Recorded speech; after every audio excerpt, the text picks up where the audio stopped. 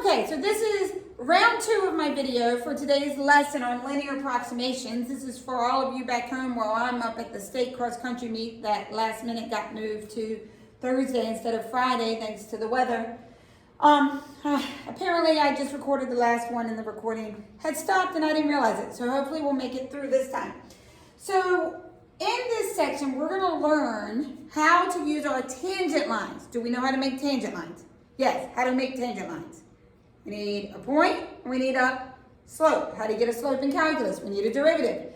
So we're going to make our tangent lines, and then once we make our tangent lines, we're going to use those to approximate an actual value on the curve. And the example I'm going to walk you through is an example that we don't really need the tangent line to make the approximations because it's something that we could just plug the value in, use our calculator, get the actual value. But on the AP exam, they're going to set you up with an example, and I'm going to show you one if we have time at the end to give you an idea of what it'll look like more on the AP exam. But this is to let you understand what's going on here. So we're going to start with a function we all know, x cubed. What do we know the x cubed function graphs? That's right, it graphs a ballerina. So we're going to graph the ballerina. And we're going to make an equation of the tangent line at the point 2,8. So we've got a tangent line that is touching the ballerina at that point 2,8. Okay, how do we make an equation of a tangent line? We need a point. They gave it to me. We need a slope. How do we get a slope? We need the derivative.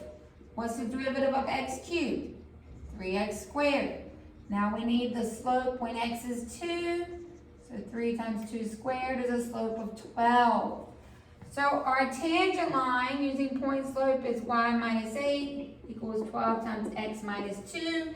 And for what I'm demonstrating, I'm going to go ahead and simplify this. I get y equals 12x minus 16. So we're going to label this t of x. So my tangent line is 12x minus 16. And I want to use this tangent line in part B to approximate the value of the original function at 2.1. All that means is let's plug 2.1 into the tangent line and see what we get. So we're going to plug 2.1 into the tangent line that we just made. 12 times 2.1 minus 16. And we get a value of 9.2. This is called an approximation of the actual function. We didn't plug that into the actual function, we plugged it into the line that's touching it. So it's approximately 9.2. So now let's compare it to what the actual value is. Now this is one we can compare. We're going to plug 2.1 into x cubed. And when you do that, because I've already done it on my calculator, I get 9.261. So is the approximation decent? Yeah, it's only off by 0.061. But let's think about what that means. That means that, let me use a different color. Hopefully my green will show up okay. Here's my tangent line in green. Okay? 2.1 is right here. So what do we notice? This is at 9.2, but the actual point is at 9.261. So the actual point's a little bit higher than the tangent point. Why is that? Notice where the tangent line is sitting. The tangent line is sitting under the actual curve. So this tangent line is, here's my curve, here's my tangent line. The tangent line, the point on here is below the point on the actual curve. I don't know if that makes sense without me being right there in front of you. Let me draw more of a curve. So what's happening is we've got a curve situation happening, and that tangent line is sitting under it. Well, if it's sitting under it, any point on here is going to be below the actual point on the curve.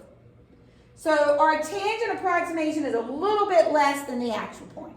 Let's do another approximation. Use the tangent line to approximate 2.01. So we're going to plug 2.01 into our tangent line, and because I've already done it, you're going to get 8.12.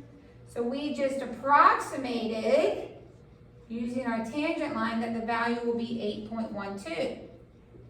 Now, compare the tangent line approximation to the actual value. So if we plug f of 2.01 into the actual function,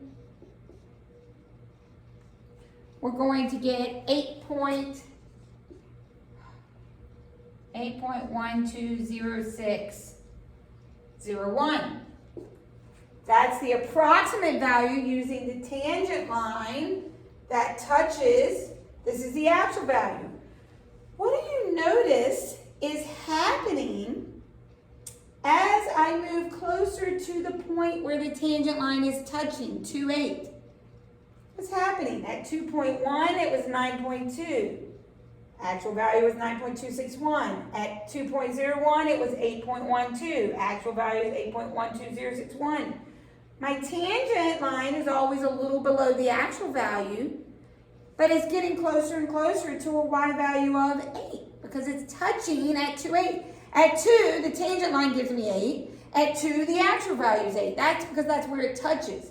Everywhere else, because the tangent line is under the curve, you would call this an under approximation. It's a little bit less than the actual value. If I instead had said, okay, now let's find out what's happening at -2, -8. That's down here. Now my tangent line's sitting above it. So what would we expect those approximations to be? A little bit more than the actual value. Let's find out. Plug -2.1 into this tangent line. And I did not put this one on my calculator, but I can right now. Someone left this in the exam. So if anyone's missing a little calculator like this, Ms. Conrad borrowed it because they left it on my desk. They can come get it. So we get -41.2. That sounds, did I do that right? 12 times -2.1 minus 16. Oh, Mrs. Conrad, I skipped making the tangent line. I can't use the same tangent line, and this is a recording. Ignore that. Oh my goodness, this is what happens when you rush because I have practice starting. All right, so we got to do equation of a tangent line at -2, -8. So what do we got to find first? We got to find the slope at that point, and our derivative was 3x squared. So we get 3 times -2 squared is 4. So the slope is still 12, but the difference is it's a new point, and Ms. Conrad didn't do my point slope over. So y plus 8 equals 12 times x plus 2. Y plus 8 equals 12x plus 24. Y equals 12x. 24 minus 8 is plus 16. So that's my tangent line over here. So let's use it to approximate -2.1. So 12, this is going to make more sense. If I plug -2.1 into this tangent line, I get -9.2. Makes way more sense. If I plug -2.1 into the actual, I'm going to cube -2.1 and I'm going to get -9.261. What do you notice about this tangent line approximation? -9.2 is a little bit above. Remember, these are negative numbers. So this one would be below this one. That's because the tangent line is sitting above. So when the curve is curving down, my tangent lines are going to sit above. And so an approximation on the tangent line compared to the actual curve is going to be an over approximation. It's a little more than the actual. When my curve is curving up, my tangent line is going to be sitting below the actual curve. So the curve on the point on the actual curve compared to the tangent line, can you see that? The tangent line's below it. So the tangent line would be an under approximation. And it's all based on which way the curve is going, whether or not you're going to have an over approximation versus an under approximation. When the tangent line sits below it, the approximation is below the actual value. When the tangent line sits above it, the tangent line is an over approximation. Now, let me turn this off so that I can try to show you more what the AP question might look like. They might tell you something like this. They might tell you,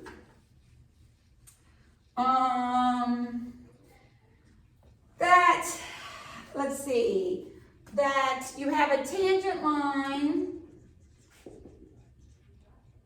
to f of x at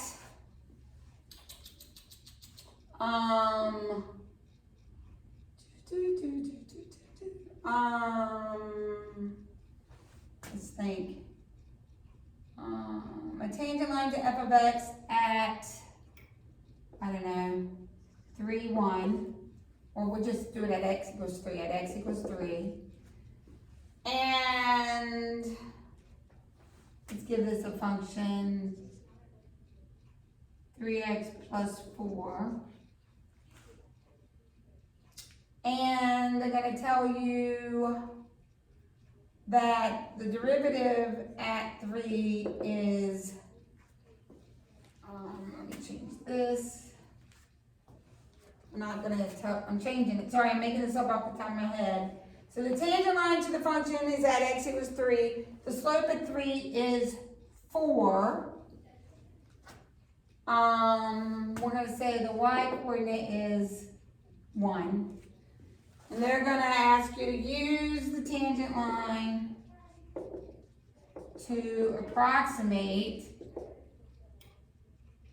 f of, I don't know, 3.1. So that's all we have. We don't have the actual function. So I can't plug 3.1 into f because I don't have f. What I do know is that I have a tangent line to f at this point. The slope at x equals 3 is 4. And I'm going to use the tangent line to approximate 3.1. So what am I going to need to do first?